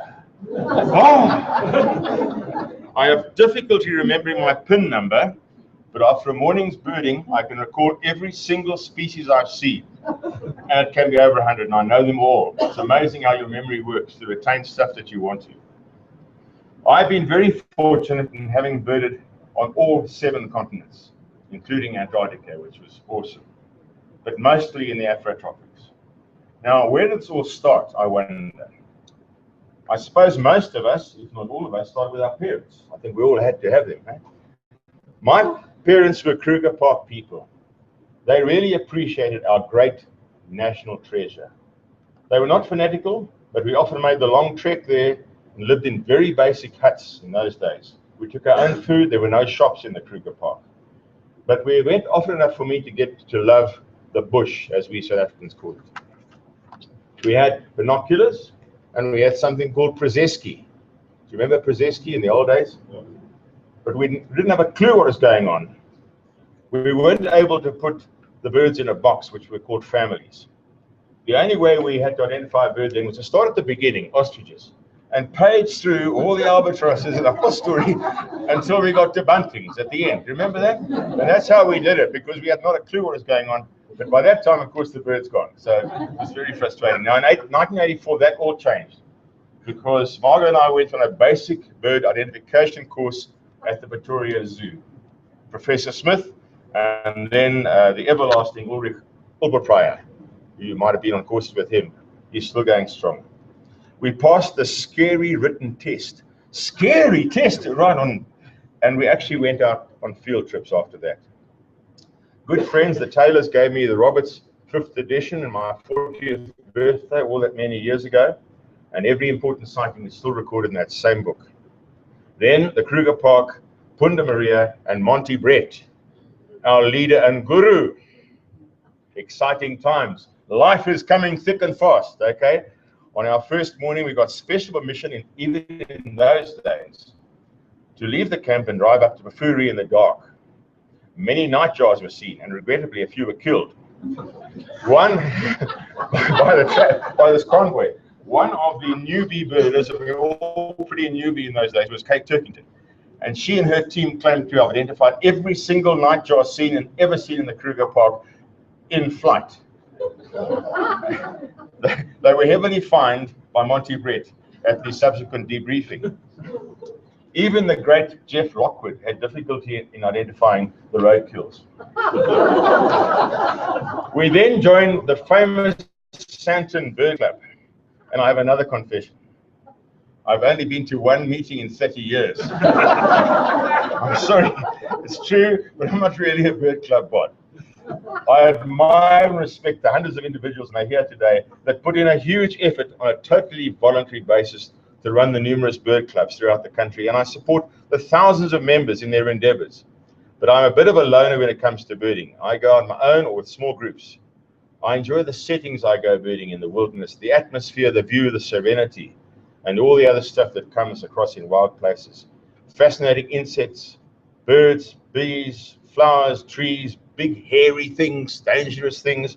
And I love trees particularly. Imagine a big arpisturing, 100-year-old arpisturing. It's beautiful. Now, the various habitats that I've birded in, rainforests are rather special places. The smell, I'm going to do a bit of poetry like Brennan. You don't just say things. You've got to add a lot of flowers and things. You've got to make it sound impressive, so people sort of half understand what you're talking about. Rainforests are rather special places. The smell and taste of life bouncing out of the earth. Very good, Tony.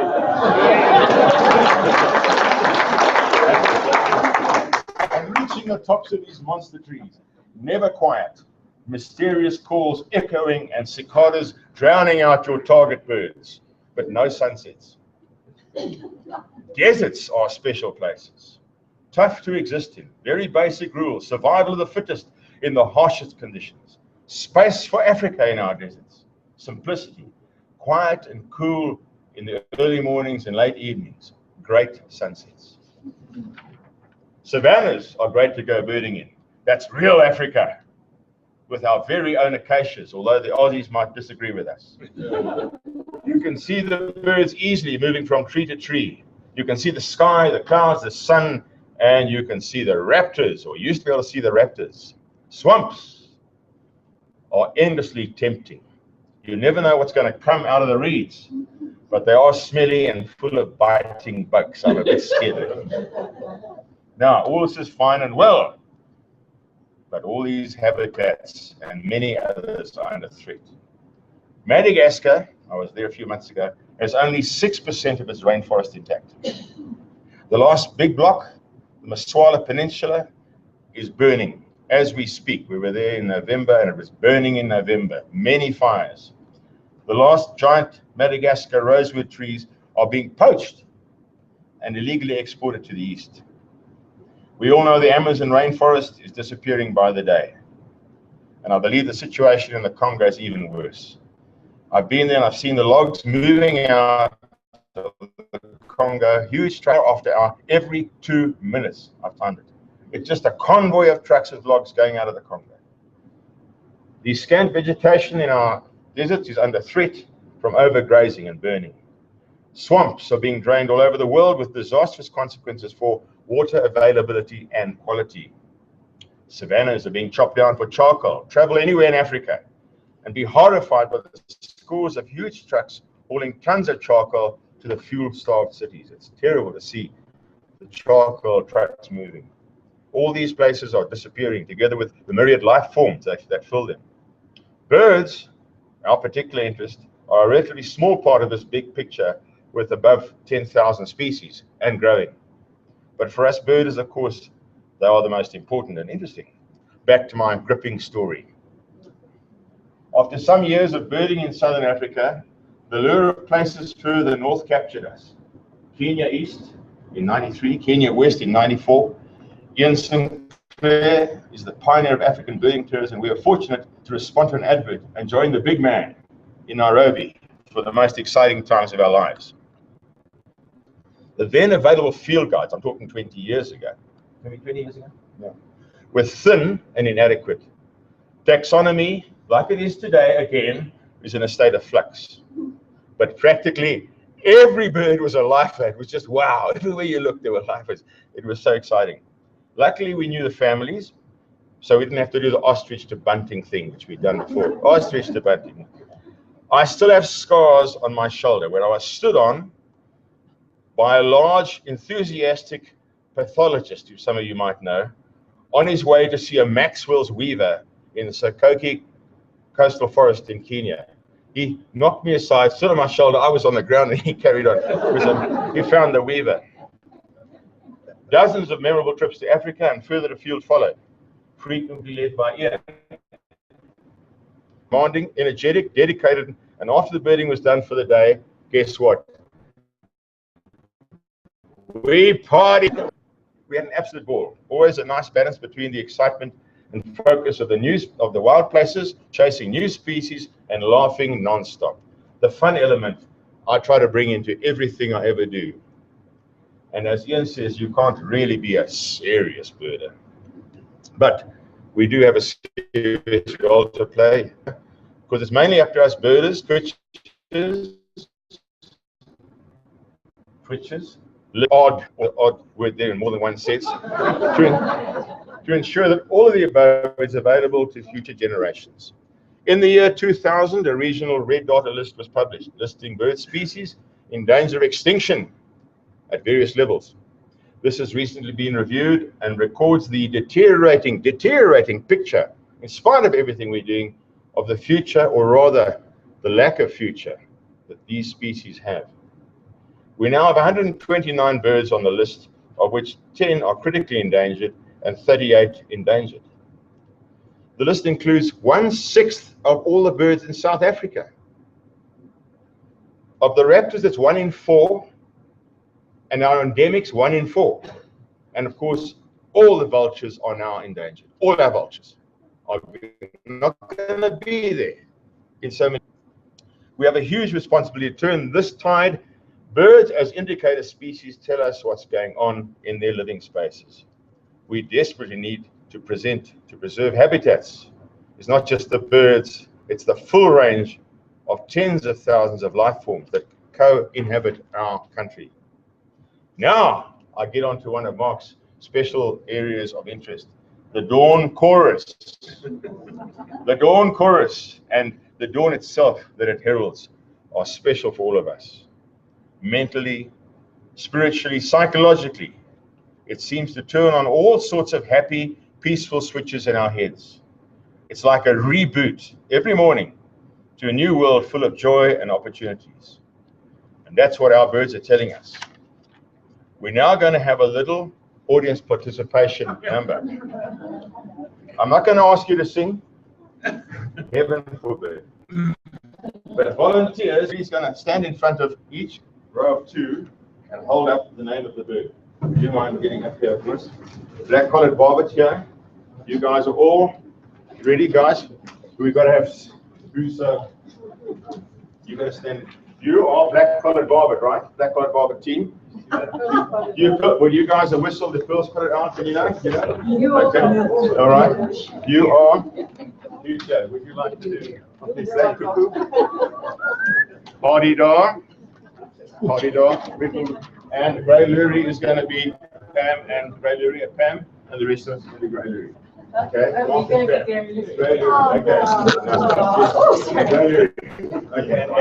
So we're going to start. And we're going to hear them one at a time. The famous Dawn chorus, right? We're going to start with the hardy. What do you got there? Black-collared barbet. Okay. Black-collared barbet. How does it do? Tiddly-pom, tiddly-pom, tiddly-pom. Tiddly-pom, tiddly-pom, tiddly-pom, tiddly-pom, tiddly-pom, tiddly-pom. I can't hear you, sorry. You got your pearl-spotted owlet. Now you all have to do that with me. Yeah. Someone else.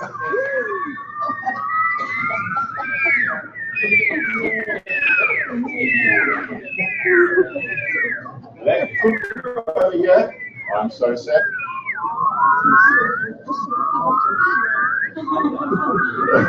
Hardy-dar, God, that's easier.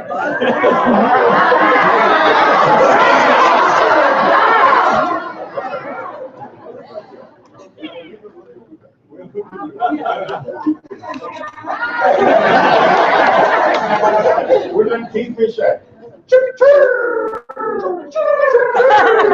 And the last but not least, we've got the great. Oh, me too. Go ready. Now we want the full Dawn chorus from everybody.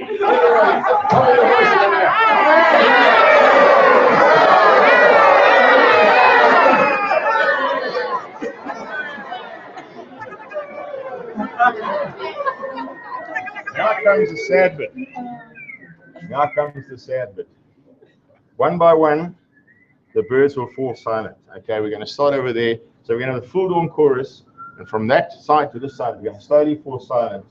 And the only one that's going to be left is the damned hardy-dar. And he's going to slowly get quieter and quieter. So we're going to start with a full Dawn chorus again.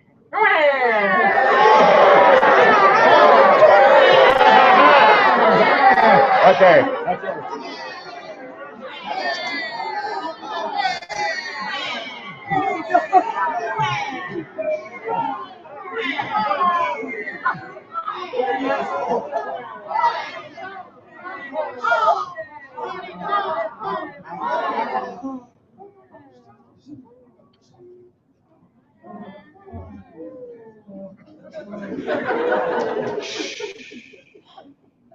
Now, the only hardy-dar survived, and it gets quieter, and then there's silence. Can you imagine our grandchildren waking to a silent dawn? Fellow birders, twitchers, ornithologists, conservationists, all. We've work to do. Thank you.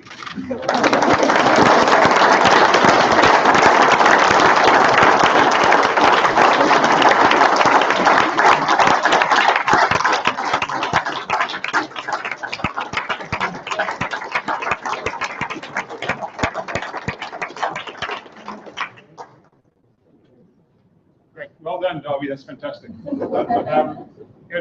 Maybe just add a couple of things. Darby has taught me so much during the last few years, as a friend, as a EXCO member, and much more. But one of the most important things he's taught me is to be positive, and and have fun. I suppose our first EXCO meeting ended fairly quickly, and he said, "Is that it?" And I said, "What do you mean, is that it?" He said, "From now on, we'll have a piece of biltong and a whiskey at the end of every meeting. We've done that for the last 5 years, 6 years. So we really appreciate all you do for BirdLife South Africa, Derby, and for us personally. Thank you very much. We're going to close in a moment. Before we do so, I think that we need to thank the organisers of this block. Nikki McCartney, Events and Marketing Manager, does an enormous amount of work. We thank her. Pam Barrett does an amazing amount of work to pull together this council meeting this morning and the AGM this afternoon. Pam, thanks very much for all you do as our company secretary. We really appreciate it. We also have a flock organising committee, which meets monthly, and there's quite a few people, staff and volunteers who serve on that committee, and you won't believe the amount of work that goes into it. This is a relatively easy, small one to organise. Flock at Sea, again, 2017 will be massive, and that will need a lot more work. There were a couple of omissions during the presentations. I need to mention these, please. Mel put together a fantastic presentation about Flock and Kruger. I'm not sure what happened to it. Mel's not there. Okay. I had a slide about our membership work, acknowledging Shireen and her fantastic team, and Elaine and Stormy, and that wasn't there. So we apologize for the odd omissions. I think if we included everything, the meeting would also go on very long. But thanks very much to everybody for their support. Just before I call up Roger to say a few words, I'd like to just mention that after this AGM, there's coffee outside. There will also be some G&Ts downstairs and a cash bar. And there will be a cocktail party for those who've registered from about 7 o'clock tonight. So all the sort of announcements to end off. But I'd just like to call up Roger, who's going to just say a couple of things before we close. Our new chairman.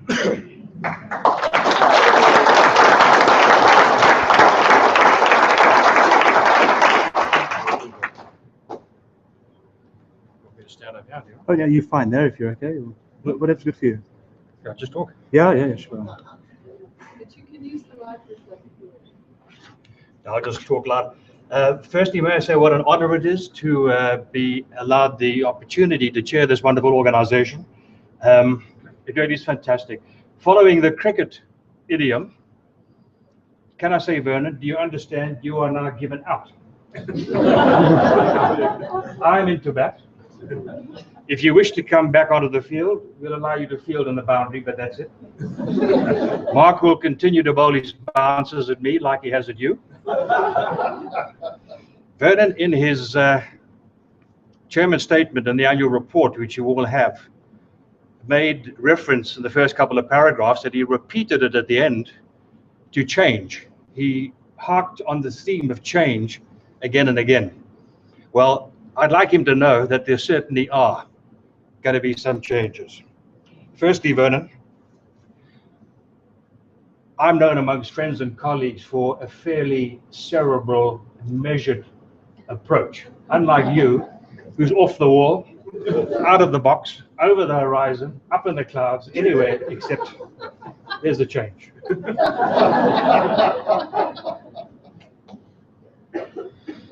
In addition, the way in which I speak and the way in which I write is sometimes described by my friends as being suffocating legalese. Unlike Vernon, who writes the most exquisite poetry and prose, as you've seen and as you've heard. In addition, change, Vernon, there's going to be a change in dress. Apart from my longs, which I wear at BirdLife AGMs, weddings and funerals, the BirdLife staff know me from my rugby shorts and running shoes. Unlike Vernon, who usually dresses like a gypsy on steroids. Not to mention the hair, which goes all the way down the back to his bum. So there will be some changes. People, I'm not going to dwell on the achievements which BirdLife has seen over the last few years. You've heard about them time and again. I see some very thirsty faces in the crowd. But suffice to say that in the 4 years in which Vernon has been chairman of BirdLife, in the 6 years in which Mark has been the CEO, the organization has metamorphosized dramatically. Where we are today is completely different to where BirdLife was 6 years ago. That is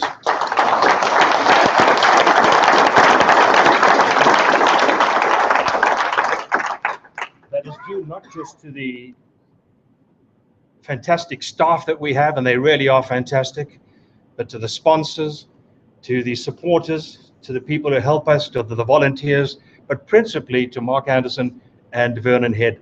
Your vision and your leadership over that period has been fantastic. I won't touch on them except to mention the growth of the organization, which has been formidable. The communication, the way in which we communicate now with the wider world, with birders, with the birding community, is far ahead, leaps and bounds of where it was years ago. The quality of our magazine, the quality of the annual report, the conservation successes which we have, the trust which is now up and running, the new head office we're building, the changes and the progress over the last 4-6 years have been formidable. I just wish more birders out there were aware of it, because a lot of them don't seem to be aware of it. You people certainly are. It's been fantastic. There are big shoes in which I step, and I do it with some trepidation. I don't mind admitting that. Finally, Phoebe mentioned something this morning. It's an important, lest you think I'm a stodgy, conservative old bloke. Phoebe mentioned something this morning, and it certainly resonates with Vernon. Vision. Where we are today is largely because of the vision and the drive and the commitment of people, never bothering and never stopping to think ahead, to see ahead, and to really think out of the box. And that has been evident over the last few years, and that we intend to continue. Vernon, thank you very much for what you've done over the years, the last 4 years. You're still going to be around. You'll be helping enormously still. You have achieved remarkable feats for BirdLife. All I can say is that over the next several years, if I'm still here in 4 years' time, if I have achieved half of what you have done, I would be very grateful. Thank you. Thank